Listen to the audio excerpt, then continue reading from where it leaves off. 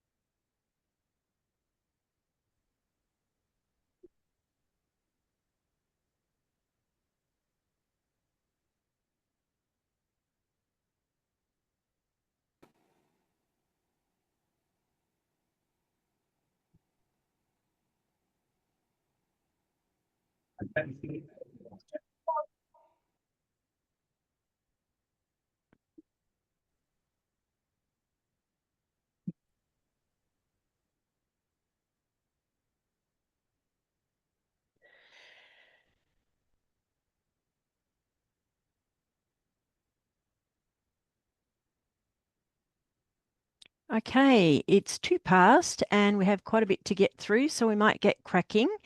Welcome to one and all. This is the final webinar for the Energy Flexibility for Water Corporations project, which was run out of RMIT.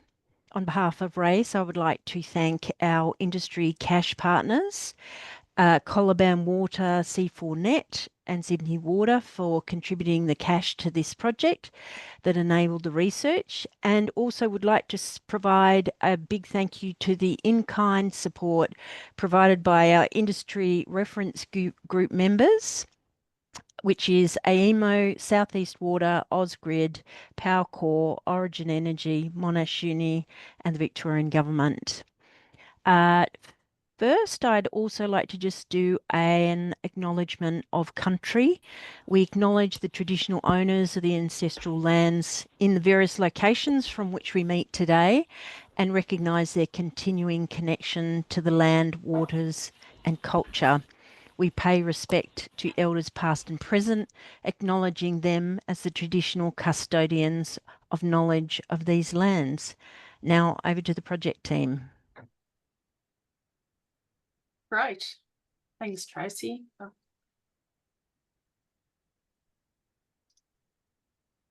will just share my screen.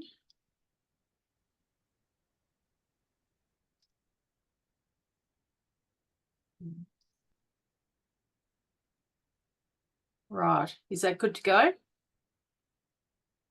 Yeah, whenever you're ready, Megan. Okay. Yeah, I've just lost everybody's face, so I wasn't quite sure. Yeah, well, thanks. We Thanks. can't see your screen, Oh yeah, Megan. your screen Oh. is still. No, sorry.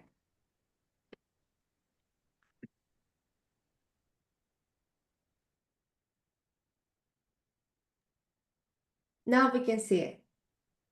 That's very good. It does help if one presses the blue share button. Great. Yeah, well, thanks to everybody for coming along today. I thought I'd just share a bit of background about Colaban Water and why we participated in the project and why it's important to us. As a bit of background, we're situated in north central Victoria, so we go down to the ranges, down to Trentham, Kyneton Way, and then up to the Murray River with Echuca and the towns further north to Kahuna, as you can see from the map there. We're it's a total of 16,000 square kilometres, and we have multiple water treatment and water reclamation plants across our region. And yeah, being a drier part of the state, we have to move water a long way, and also treat water to a high standard as we discharge to some inland waterways. Just a bit of a background of our energy profile from this slide, you can see that wastewater treatment is a significant part of our electricity use. We use between in a dry year or an average year, we use about 25 gigawatt hours, but in a wet year, we can go all the way up to 35 gigawatt hours due to our water pumping assets. But yeah, in any given year, wastewater treatment is our biggest user, and that's why they were the focus of this project. So in addition to try and combat our high energy usage with these assets, we've been rolling out our renewable energy portfolio over the last 3 years with some smaller solar projects across mainly our treatment plants and water reclamation plants. And we're building up to our larger renewable energy facilities in the coming years. One of those is the Bendigo Water Reclamation Plant, which is one of the focus plants of this study, and also looking at projects like a hydro and battery combinations. So looking at energy flexibility in that space as well.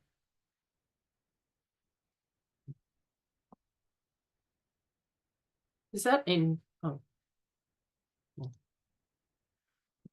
that's better.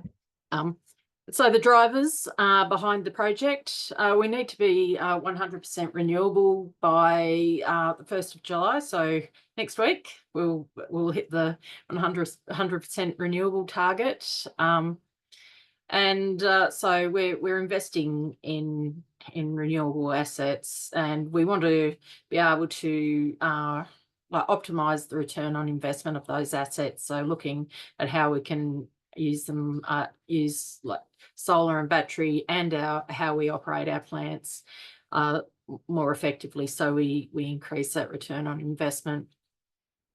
Another driver for the project was to build a greater understanding across the business of what energy flexibility means and the benefits around that. And build those business models into our decision making.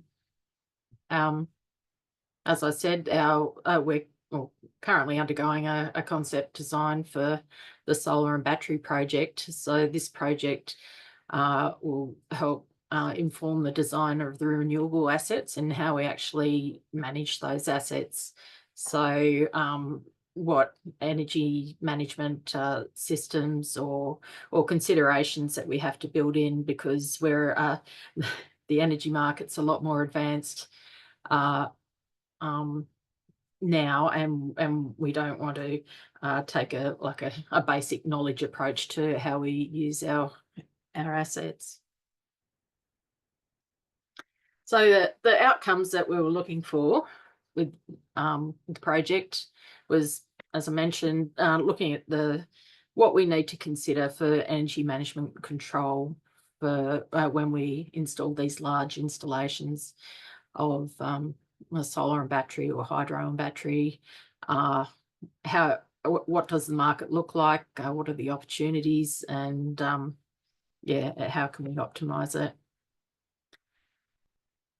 And flowing on from that, the different procurement models for the solar and the battery, and we're doing a major upgrade of our Bendigo Water Reclamation Plant and Castlemaine Water Reclamation Plant, and how can we build this into our concept design, so where our renewable energy and energy flexibility is front of mind, and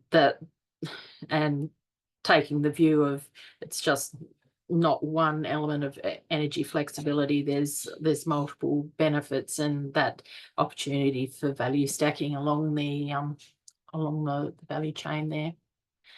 So that is that's why we've been involved in the project, and we're really yeah, really happy with the outcomes, and yeah, would like to thank all the team for getting us to this point. Thanks, Megan. I believe it's my turn, so I share my screen now.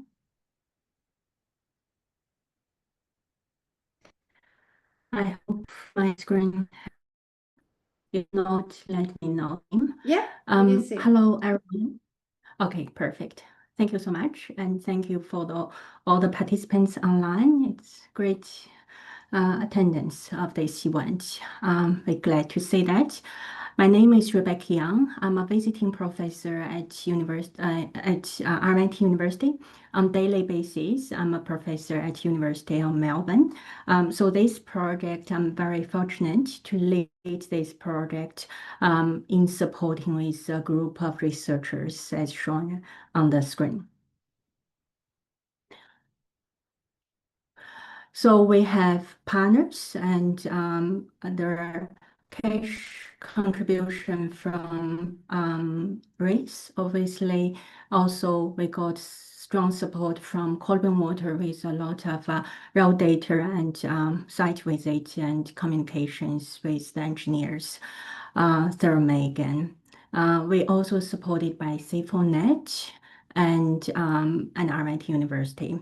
There are in-kind contribution from Sydney Water and Monash University, and this project was also supported by a group of experts from the industry reference group, including AEMO, Ausgrid, Deka, Orange Energy, Paraco, and Southeast Water. I would like to acknowledge their contribution.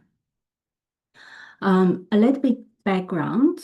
Megan has set up a very good foundation for the background, but from our perspective as researchers, this project actually has great interest to my team because Australia's water sector operates across a wide range of geographic and operational environments, from small regional networks to large complex systems. So water utilities are high energy users, but they also have growing capacities in on-site renewable energy generation and load flexibility.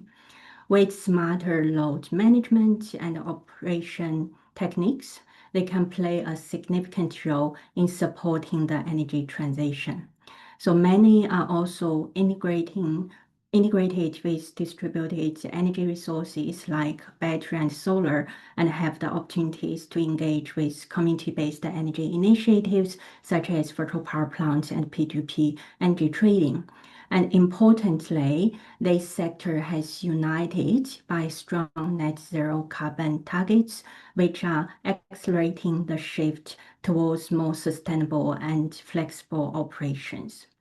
So in this research, we have been fortunate to collaborate with Colburn Water and supported with experience from Sydney Water, and they actually leading the innovations in this space, and their insights have been invaluable in shaping our understanding of what's possible. And energy flexibility in water utilities spans several dimensions, each offering unique opportunities to reduce emissions while supporting grid stability.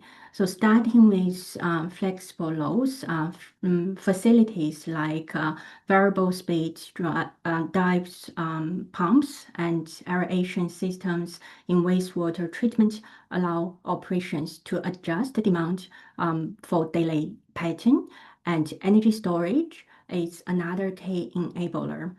So utilities are deploying battery systems, storing biogas and pumped hydro where the location is allows. And from energy community side, innovations like peer-to-peer energy trading and virtual power plants are allowing water utilities to interact with local communities. And lastly, flexible energy, renewable energy generation, from adjust the solar PV generation to biogas, CHP, and hydropower enables water utilities to align generation with demand and grid conditions. So together, these capacities form a powerful toolkit for building a more resilient and low carbon water sector. And water utilities can participate in demand response through two main mechanisms, price-based and incentive-based programs. In price-based demand response, users voluntarily respond to time of use tariffs or spot market price by shifting or reducing electricity usage during high cost periods. On the other hand, incentive-based demand response involves direct payment for providing flexibility to third parties such as IMO and aggregators. Programs like FCAS and wholesale demand response allow utilities to be compensated for adjusting their loads in real time or during peak demand. And also under RERT scheme, utilities can help reduce demand during emergencies to maintain grid reliability and receive financial incentives for return. In this project, to evaluate the suitability of different demand response mechanisms for water utilities, we developed this assessment matrix. It categorizes options into price-based and incentive-based demand response, and further breaks them down by the level of flexibilities from R1 as minimum flexibility to R3 as highly flexible and responsive. For example, under price-based demand response, we assessed both time of use and real-time pricing contracts, each with increasing levels of comprehensiveness and complexity related to that. And on the incentive-based side, we include participation in FCAS, wholesale demand response, and emergency programs like RERT. So this matrix helps to identify which demand response strategies align best with a utility's operational capabilities and renewable energy integration goals. It also provides a structured way to compare options and prioritize investment in flexibility. We built up this diagram. It illustrates the integrated approach to energy flexibility and demand-side management in water utilities. At the core is load management, where AI-based systems forecast and control energy use and distinguishing between flexible and non-flexible loads. These loads interact with both on-site generation like PV, solar PV, biogas, or hydropower, and energy storage systems such as batteries and pumped hydro. These assets can be charged or discharged based on real-time demand and market signals. Utilities can also engage with energy markets, including the wholesale market, FCAS, and retail agreements with time-varying pricing. And importantly, the model includes DRs from the neighborhoods enabling P2P trading. We want to have a trial and to see the possibility in this scenario, especially from a research perspective. So this is coordinated with game theory-based algorithms to optimize local energy exchange. Together, these components form a dynamic and responsive energy ecosystem that supports both operational efficiency and decarbonization goals.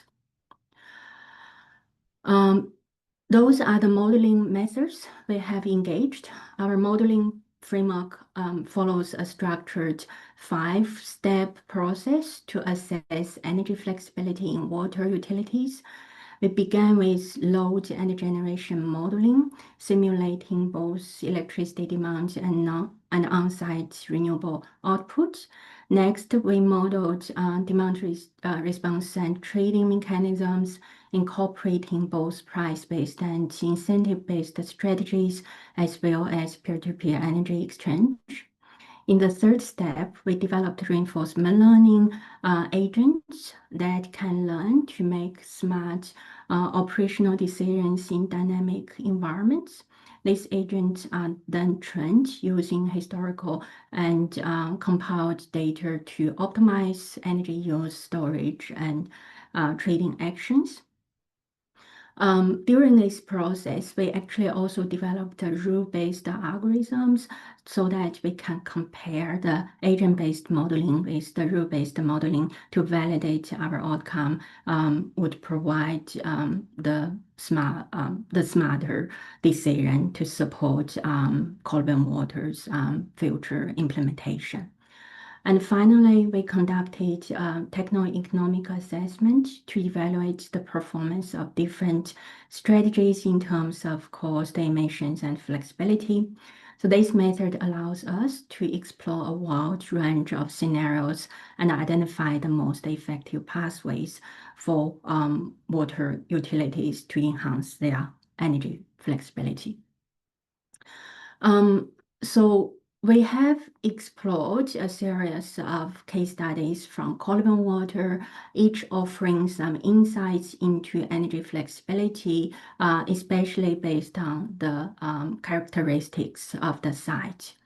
In today's presentation, our main focus would be on the Epsom Water Reclamation Plant. As mentioned, as Megan mentioned, it is one of the largest and most complex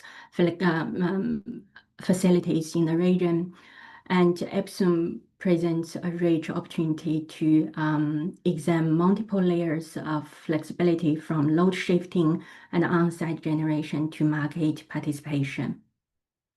We will also touch on the other three sites at the end, and those case studies help us understand how different operational contexts influence the design and implementation of energy flexibility strategies, especially the smaller facilities that offer useful contracting strategy. So that's the basic information of the Epsom site. It basically has a continuous electricity demand of around 1.2 megawatt hours per hour. And one of the key operational strengths is its flexible load potential. About 700 kVA equivalent to about 600 kilowatts at full capacity, considering power factor. So it's primarily from aeration systems that can be strategically controlled to respond to energy market signals. And looking ahead, Epsom has proposed investments in renewable energy infrastructure, as Megan mentioned, including a 2 megawatt solar PV system and a 1.5 megawatt hour battery energy storage system. These assets would significantly enhance its ability to participate in demand response programs and also reduce reliance on grid electricity. This combination of high demand, operational flexibility, and future renewable energy integration makes Epsom site as a compelling model for energy flexibility simulation in the water sector. To explore the potential for local energy trading, we also simulated a market involving 500 households nearby, which equipped with PV and battery storage. And the total population, the total households in that area is about 1,800. We selected around 1/3 of them for this potential energy trading. And the trading was based on a double auction mechanism where households submit bids to buy or sell energy, and prices are matched in real time. We modeled this using non-cooperative game theory, where each participant acts in their own interest. Despite the lack of coordination, and the system still achieves efficient energy distribution and pricing. This approach highlights the potential for water utilities to engage with surrounding communities in peer-to-peer energy trading or virtual power plant and create mutual benefits and enhance grid resilience. To manage the complexity of energy flexibility at Epsom, we applied reinforcement learning AI technique that learns optimum control strategies through trial and error, integrating with its environment and receiving feedback in the form of reports. So in our context, the agent would be an energy controller at a water plant, making decisions like when to charge a battery or curtail solar generation. That makes reinforcement learning powerful. What makes reinforcement learning powerful is its ability to learn optimum strategies over time, adapt to changing conditions, and manage complex systems with many variables, like the one we saw in our assessment metrics. So this makes this it as a valuable tool for enabling intelligent, flexible energy management in water utilities. And as mentioned at the beginning, we also try to validate this process, and which we also developed a rule-based algorithm for comparison purpose. The reinforcement learning agent makes decisions based on multiple practical input signals, including short-term energy price for forecasts, the current state of charge of energy storage system, available generation and load capacity, and time of day. It interacts with the system through several control variables, including battery charging and discharging, load shifting, PV curtailment, and energy trading auctions. The agent operates with multiple objectives, minimizing overall energy cost, maximizing revenue from participation in programs such as wholesale demand response and FCAS, right? For example, maintaining baseline load prior to events and maximizing curtailment during response periods, reserving reserving capacities for FCAS participation, for example. This slide outlines the structure of the simulation model, which is made up of 4 interconnected subsystems, each designed to closely reflect real-time operations and market mechanisms. So first, we have the water energy model. This is directly coupled with historical on-site operational data to simulate how wastewater treatment process interact with energy demands in practice. Next, the DER and load management subsystem. We simulated advanced PV output using local weather data along with detailed battery models. It enables us to capture the behavior of both generation and storage technologies and their various control strategies. The third component focused on demand response and energy trading. This part replicates the actual wholesale demand response mechanism and integrates historical FCAS data. We also indicate the different tariff structures to realistically assess how these strategies could perform economically under different price schemes. Finally, the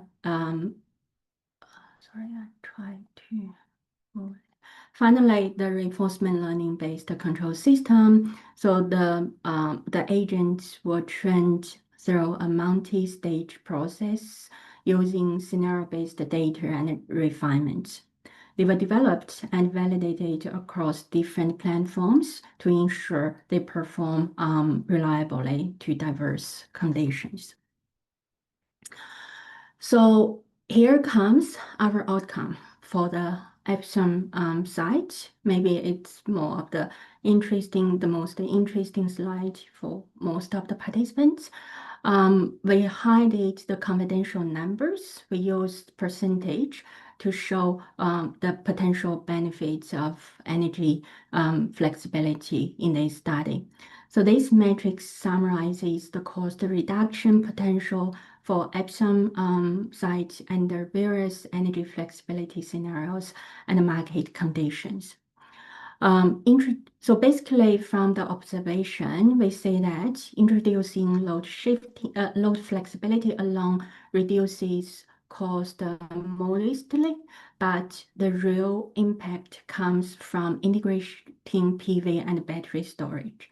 So that's exactly what Colburn Water would plan to do in the near future, which cuts cost by up to about 30 to 43%, depending on the market. And when we combine flexibility with renewables, the saving deepen, reaching up to 53% under spot market plus FCAS and nearly 60% under spot plus the wholesale demand response. By adding energy trading such as peer-to-peer and market participation delivers the greatest cost reduction, especially in dynamic pricing environment. So this chart shows a significant potential to support water utilities to reduce their energy bills, but also reduce the energy consumption. As we said, we also did the techno-economic analysis. We obtained potential capital investment cost in coordination with Megan. We looked into the payback period for different scenarios. And from the life cycle perspective, participating in demand response program is essential to make energy investment economically viable for water utilities. That's basically the conclusion. So as highlighted in green on the chart, the Epsom site can achieve net benefits within about 13 years when all flexibility resources are aggregated. This includes load shifting, PV battery storage, energy trading, and particularly under the spot market and wholesale demand response market option. However, if the site doesn't participate in demand response or trading, the payback period actually can go beyond 30 years, which is longer than the typical lifespan of solar PV systems. So in coordinating with the results, I believe whenever the site, Colburn Water, implement the plan for PV and battery, it would be great to explore the maybe especially spot market and wholesale demand response opportunities, and with innovations for the tariff, hopefully. And although our earlier finding shown that the peer-to-peer scenarios offer the highest return, however, we understand this remains a topic for future research due to significant uncertainties such as infrastructure requirements and policy support. And instead, we focus more deeply on the second best scenario, combining PV battery and flexible load participation under the wholesale demand response framework to explore the full potential of this setup. We scaled up the model with larger DER installations, both for PV and battery systems. When scaling from 2 MW PV plus 1.5 MWh battery to 3 MW PV plus 2.25 MWh battery, we observed a dramatic improvement in financial performance. Cost reduction increased from 53% to 99%, and payback period shortened from 15 years to about 11 years. for that. But of course, this is under the spot and wholesale demand response market option. We also looked into the load profile comparison, and this slide shows how different flexibility strategies reshape the average annual load profile and improve cost performance. So starting with a flat load profile, we say that even with PV only, you see here, even with PV, the benefits are limited due to poor alignment with price signals. And introducing load shifting, particularly through aggregator control, improve price responsiveness by moving demand to off-peak periods. Adding battery storage alongside PV further reduces grid reliance and enhances flexibility. And finally, when we combine all resources, including energy trading, we achieve the most cost-efficient and well-shaped load profile, optimizing both operational and financial outcomes.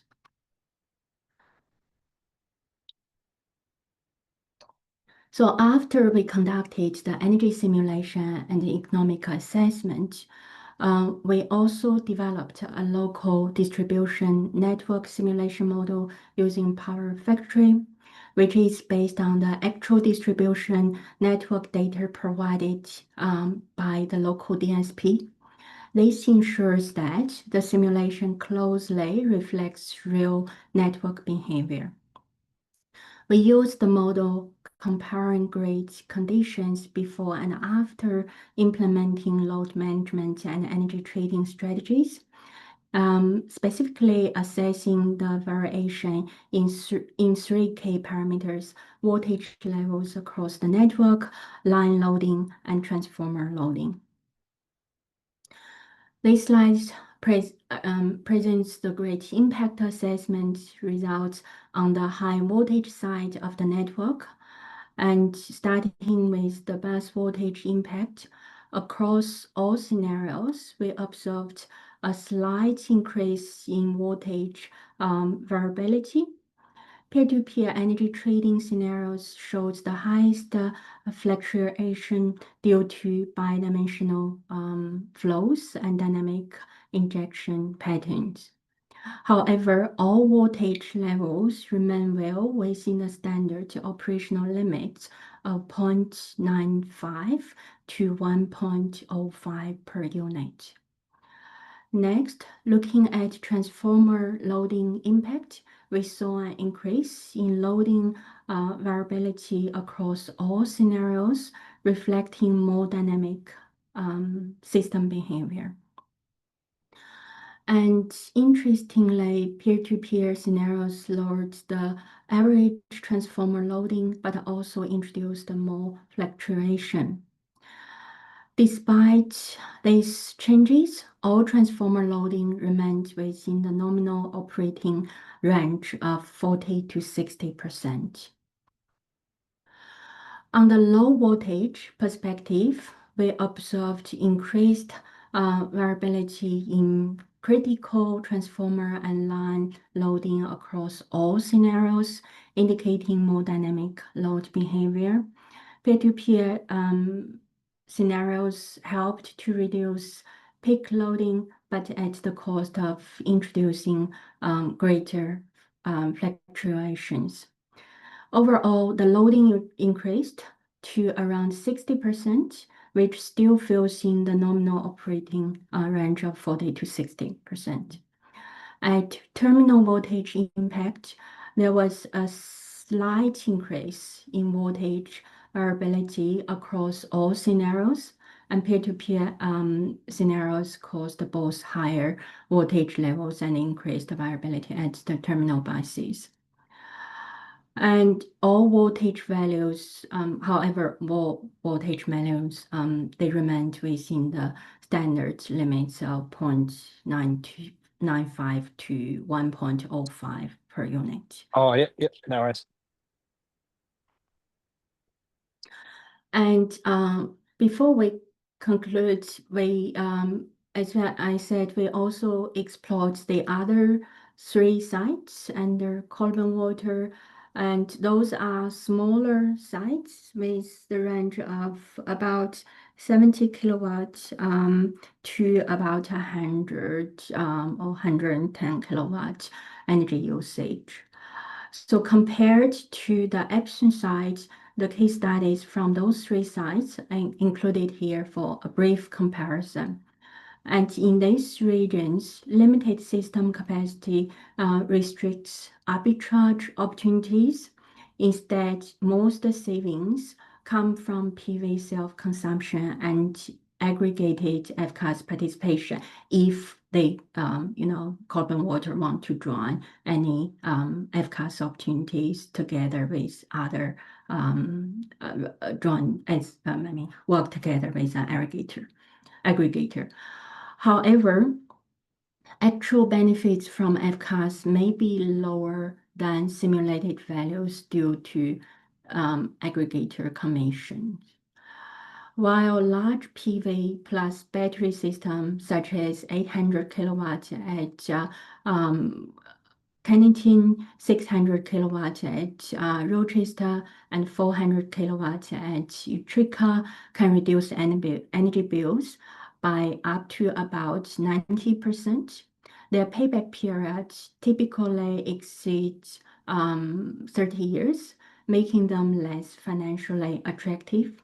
And in contrast, smaller system setups provide more modest savings, but achieve payback within 20 years and offering a more practical investment pathway for those smaller sites.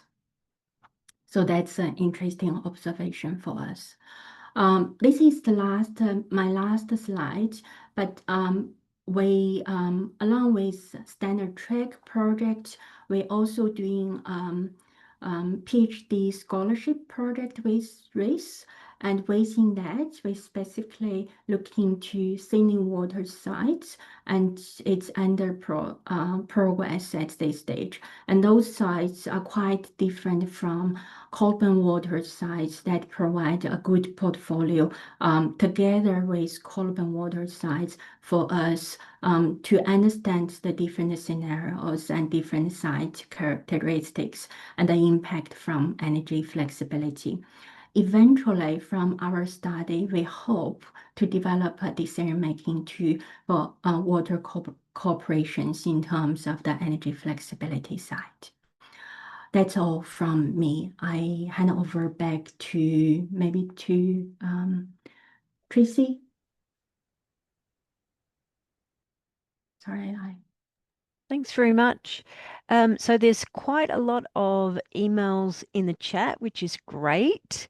And I can see that the project team have been answering some of them. I'll just start from the top because some of the later ones have been answered. A question from Tim Stewart. Were there any issues with connecting to the grid? We found the electrical protection schemes required for continued parallel operation have significant cost up front and would need to be part of the decision-making process. Yeah, I think that one I have covered in the presentation. Yeah. Great. I Excellent. hope that answers your question, Tim. If not, please leave more your questions in the chat. Great. Lou Riley, why use a reinforcement learning model instead of formulating the problem as a constrained optimization problem?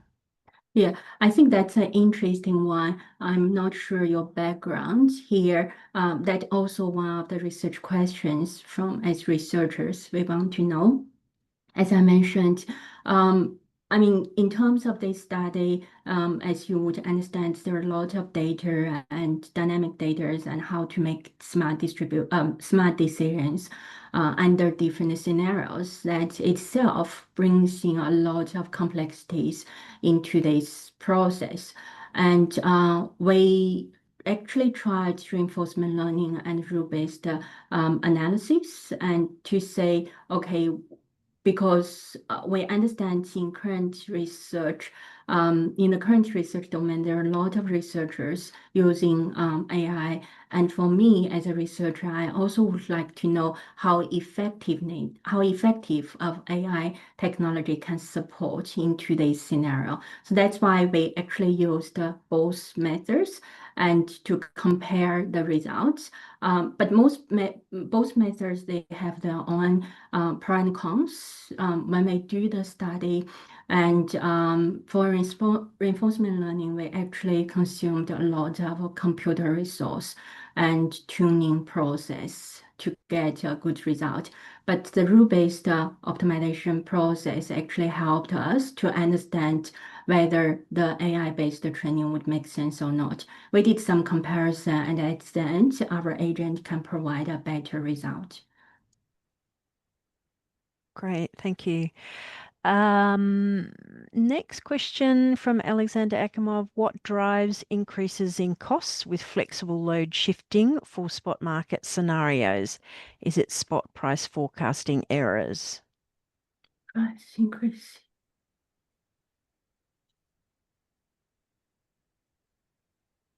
Sorry, I tried to understand the question, Alex.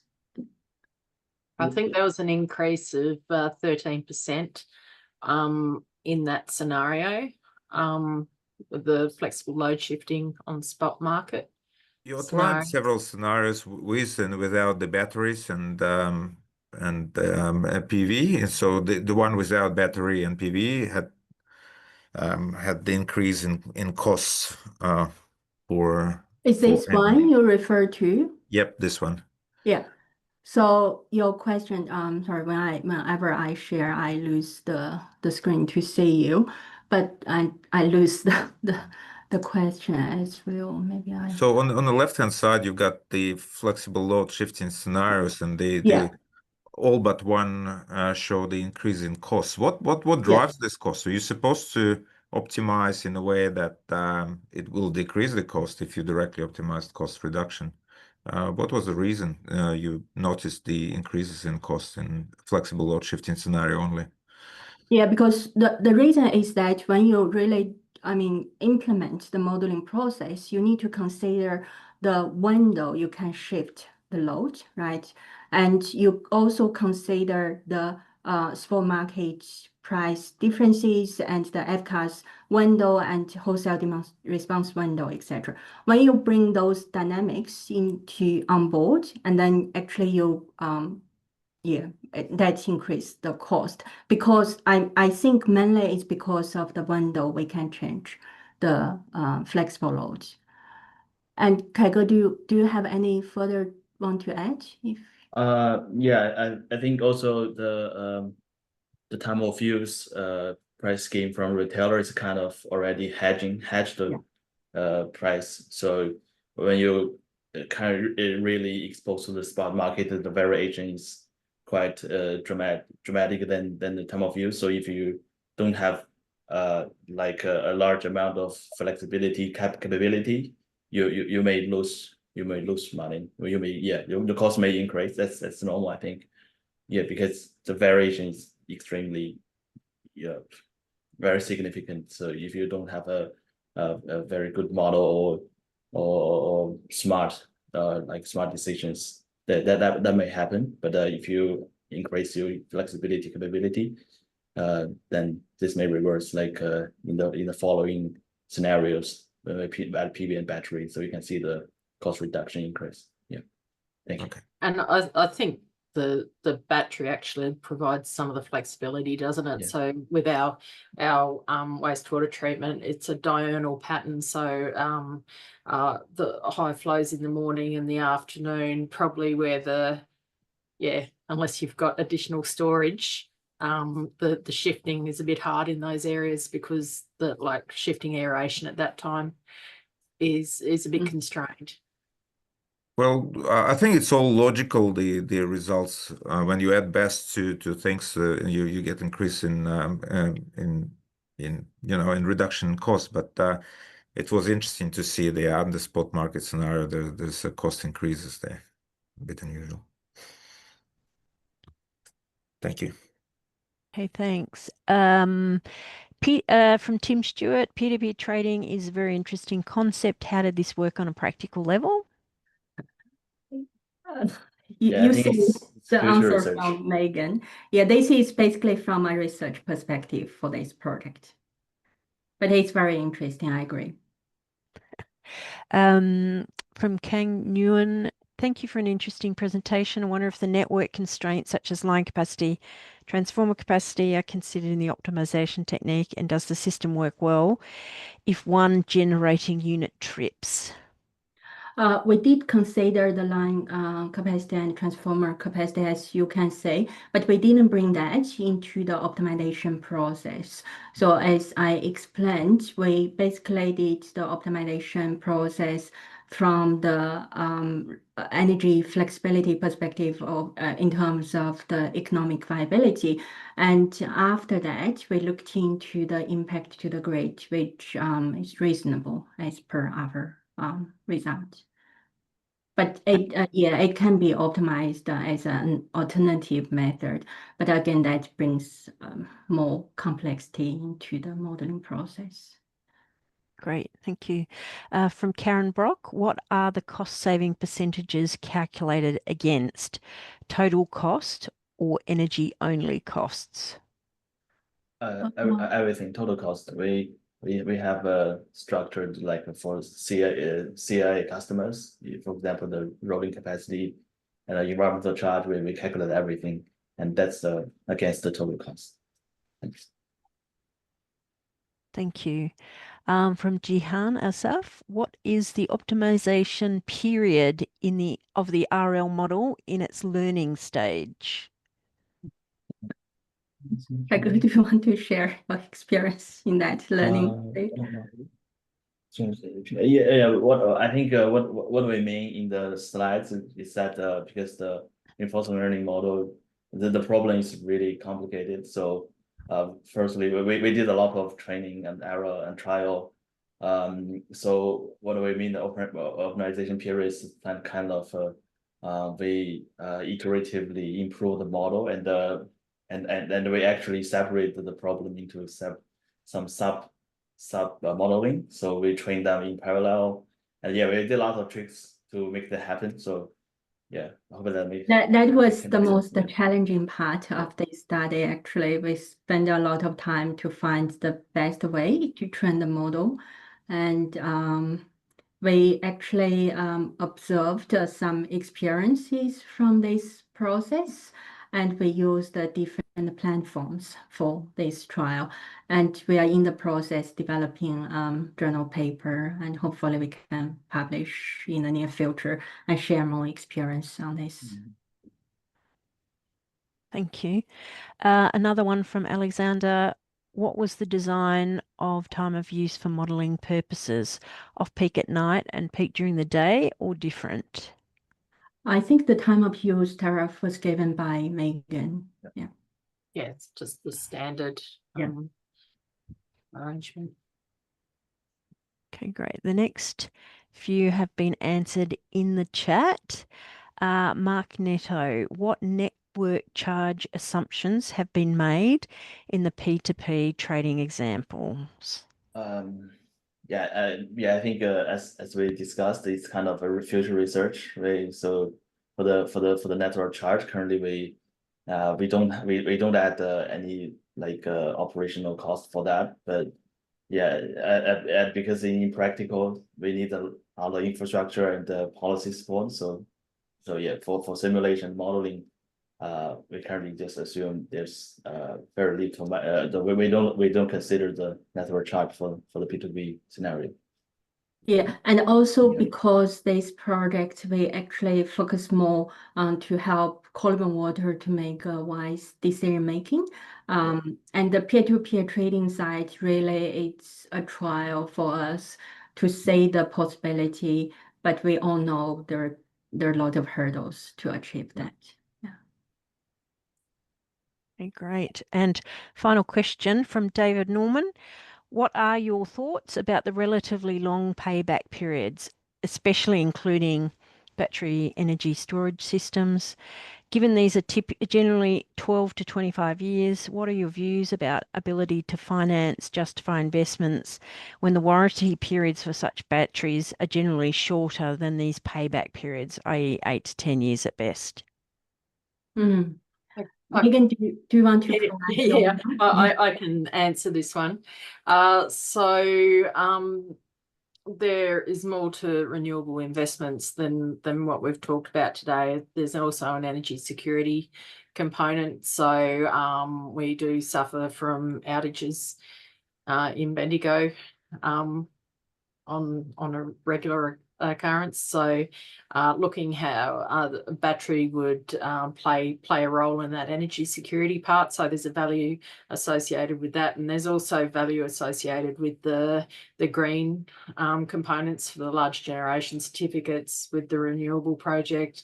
As I mentioned at the beginning of the presentation, will be 100% renewable as of the 1st of July. So we factor that into our decision making as well. And plus, by the time that the battery goes in and the solar, hopefully some of the prices have come down. And also what Rebecca mentioned earlier about the larger systems. So in our current project where we're doing the concept design for it, we're investigating the optimization. So potentially going up to that 3 megawatt with a larger battery, so we can get that better payback and also the increase in battery also provides increase in energy security. Just a follow-up question from David. David, you should be able to unmute yourself, I think, but I'll read it out. Agree the need to consider energy security as well, but aren't these 1 to 2 hour batteries? So really would need much more duration for this to be credible? Question mark. Yeah. So that's true. That's if we're hanging the whole plant off the battery, but we would identify the critical assets that would be isolated and supported during the outage. So we would scale back or production during that time. So, and that's it's better to support those key assets for a longer time than try and have the whole process going at full steam. Excellent. Any last questions in the last 2 minutes of the webinar today? Failing that, I'd just like to say a big thank you to the amazing research team, Rebecca, Kaigu, and everyone else who was involved. Very interesting project, very important step forward. And particularly to Megan and her team from Colaban Water. Very hard to do good projects without good data. So you being able to provide the level of data you did in the timeliness you did made a massive difference to this project. So thank you very much. Thanks, Lucy, for the support.